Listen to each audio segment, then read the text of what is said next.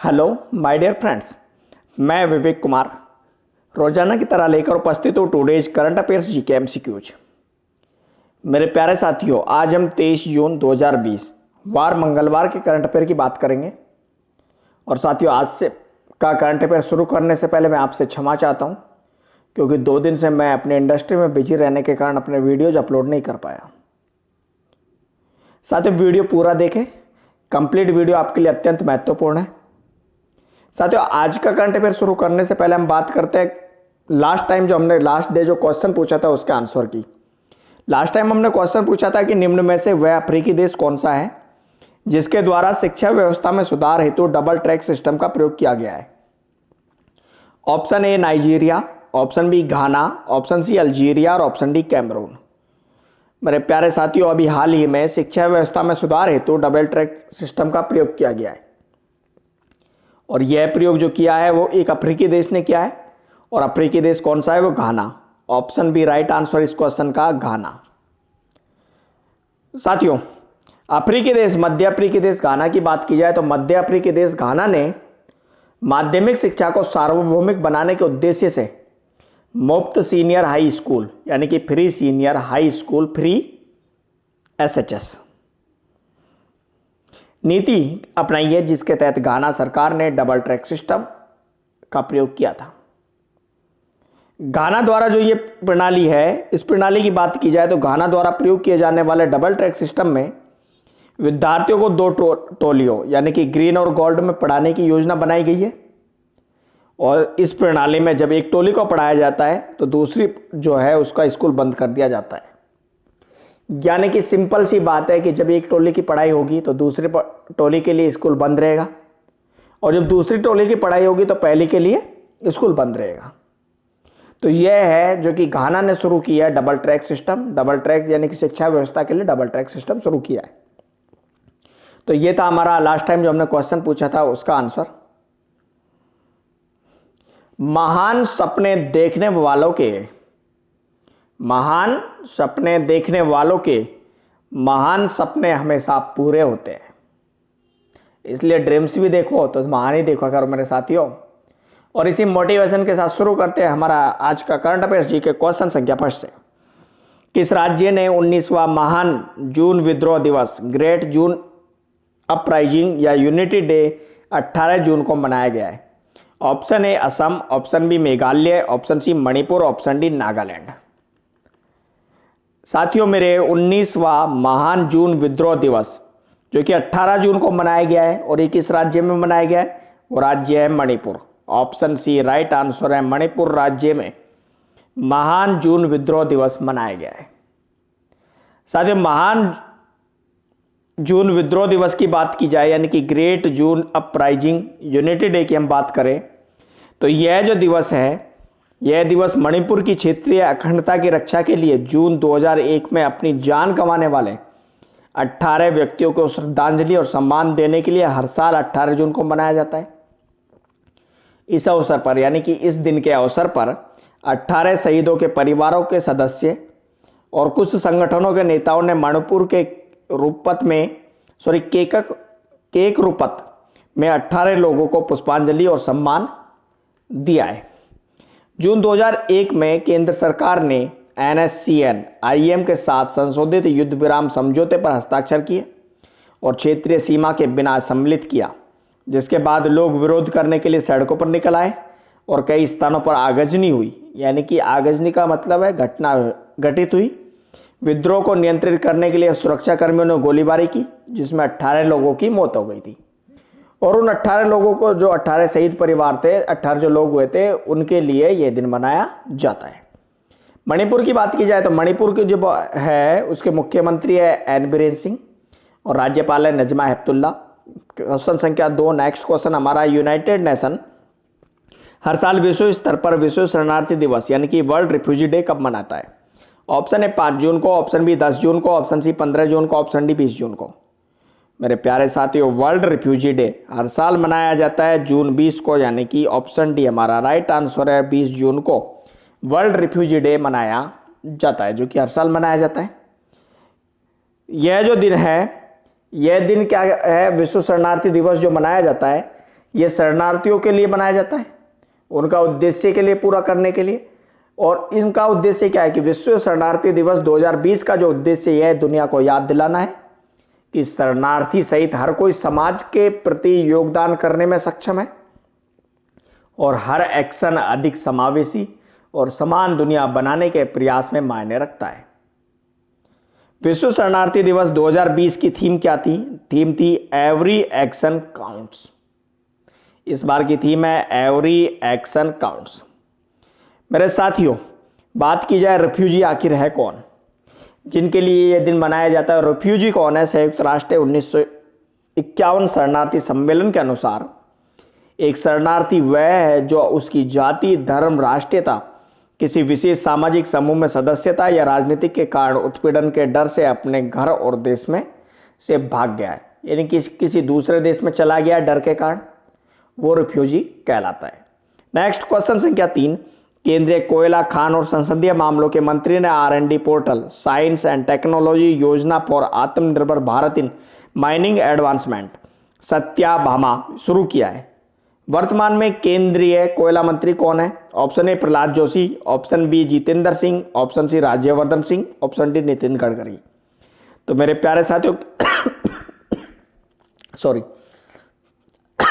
केंद्रीय कोयला, खान और संसदीय मामलों के मंत्री कौन है? प्रहलाद जोशी, जिन्होंने साइंस एंड टेक्नोलॉजी योजना फॉर आत्मनिर्भर Bharat in mining advancement Satyabhama शुरू किया है। तो ऑप्शन ए राइट आंसर हमारे इस क्वेश्चन का प्रहलाद जोशी, केंद्रीय कोयला एवं खान मंत्री प्रहलाद जोशी ने। साथियों, इस पोर्टल की बात की जाए तो यह जो पोर्टल है, इस पोर्टल को खान मंत्रालय के विज्ञान और प्रौद्योगिकी कार्यक्रम योजना के लिए लॉन्च किया गया है और इस नए लॉन्च किए गए पोर्टल से योजना के क्रियान्वयन में दक्षता बढ़ेगी और साथ ही ये परियोजनाओं की ऑनलाइन निगरानी और धन या अनुदान के उपयोग के साथ परियोजना प्रस्ताव को ऑनलाइन जमा करने की अनुमति देगा। R&D पोर्टल सत्याभामा को राष्ट्रीय सूचना विज्ञान केंद्र NIC माइंस इंफॉर्मेशन डिवीजन द्वारा डिजाइन, विकसित और कार्यान्वित किया गया है। इसे नीति आयोग के NGO दर्पण पोर्टल के साथ एकीकृत किया गया है और यह इलेक्ट्रॉनिक प्रारूप में शोधकर्ताओं की प्रगति रिपोर्ट और परियोजनाओं की अंतिम तकनीकी रिपोर्ट को भी स्वीकार करता है। नेक्स्ट क्वेश्चन संख्या 4, वयोवृद्ध अर्थशास्त्री और 10वें वित्त आयोग के सदस्य BPR विट्ठल का निधन हो गया है। वह किस बैच के पूर्व IAS अधिकारी थे? ऑप्शन ए वर्ष 1947, ऑप्शन बी वर्ष 1950, ऑप्शन सी वर्ष 1965, ऑप्शन डी वर्ष 1977। मेरे प्यारे साथियों, वयोवृद्ध अर्थशास्त्री और 10वें वित्त आयोग के सदस्य BPR विट्ठल, जिनका निधन हो गया है, वह पूर्व IAS अधिकारी थे और वह थे 1950 बैच के। तो वर्ष 1950 बैच का IAS अधिकारी B, option B right answer, वर्ष 1950। साथियों, इनके लिए बात की जाए तो उन्होंने यानी कि BPR विट्ठल ने 1972 से 1982 तक आंध्र प्रदेश सरकार के सचिव वित्त और योजना के रूप में कार्य किया था। BPR विट्ठल ने अंतर्राष्ट्रीय मुद्रा कोष में मलावी और सूडान की सरकारों के राजकोषीय सलाहकार के रूप में भी काम किया था।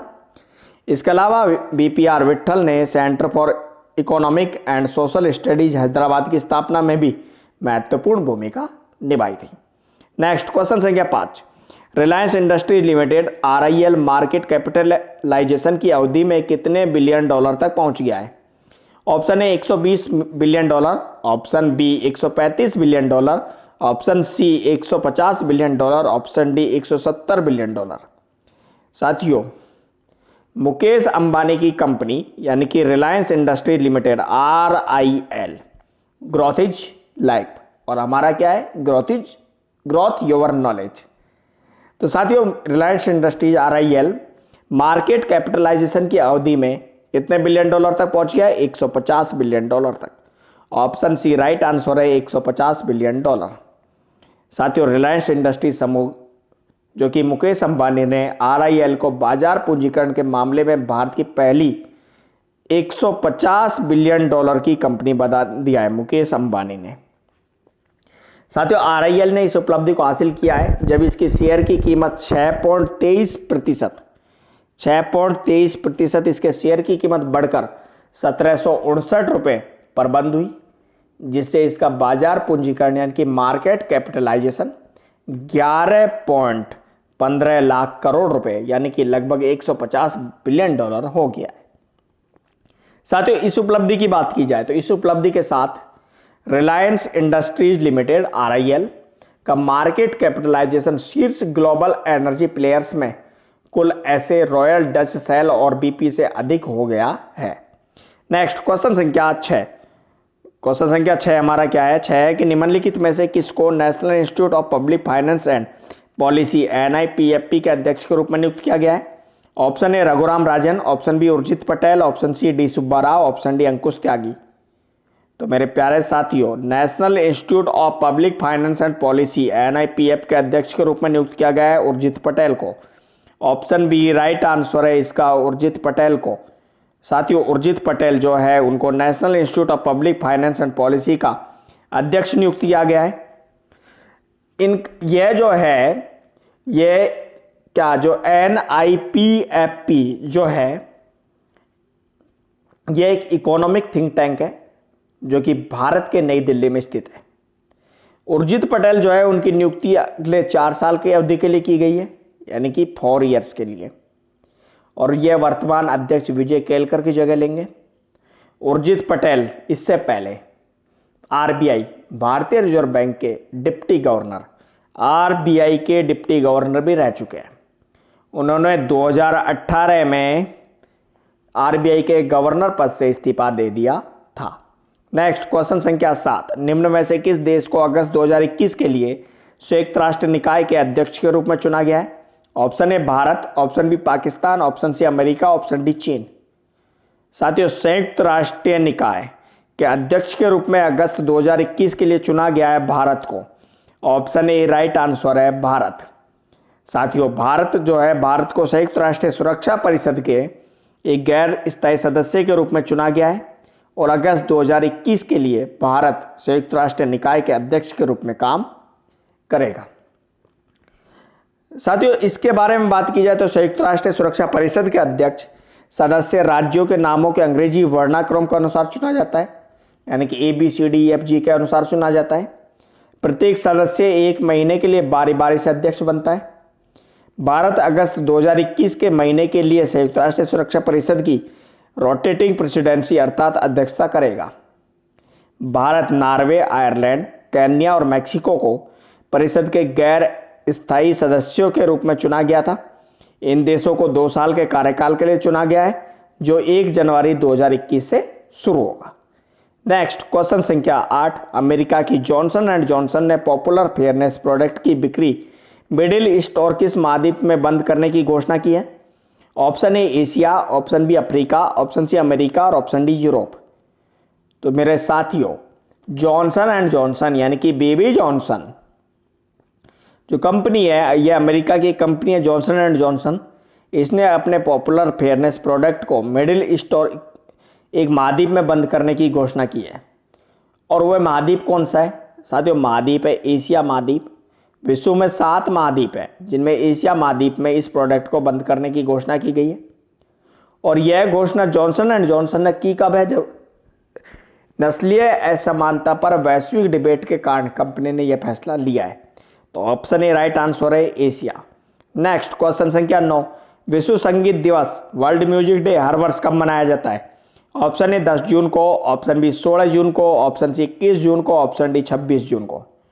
तो मेरे साथियों, विश्व संगीत दिवस वर्ल्ड म्यूजिक डे मनाया जाता है 21 जून को। ऑप्शन सी राइट आंसर है 21 जून को। साथियों, इस दिवस की बात की जाए तो इस दिवस की शुरुआत सन 1982 में फ्रांस में हुई थी, जिसका श्रेय तत्कालीन सांस्कृतिक मंत्री जैक लो को जाता है।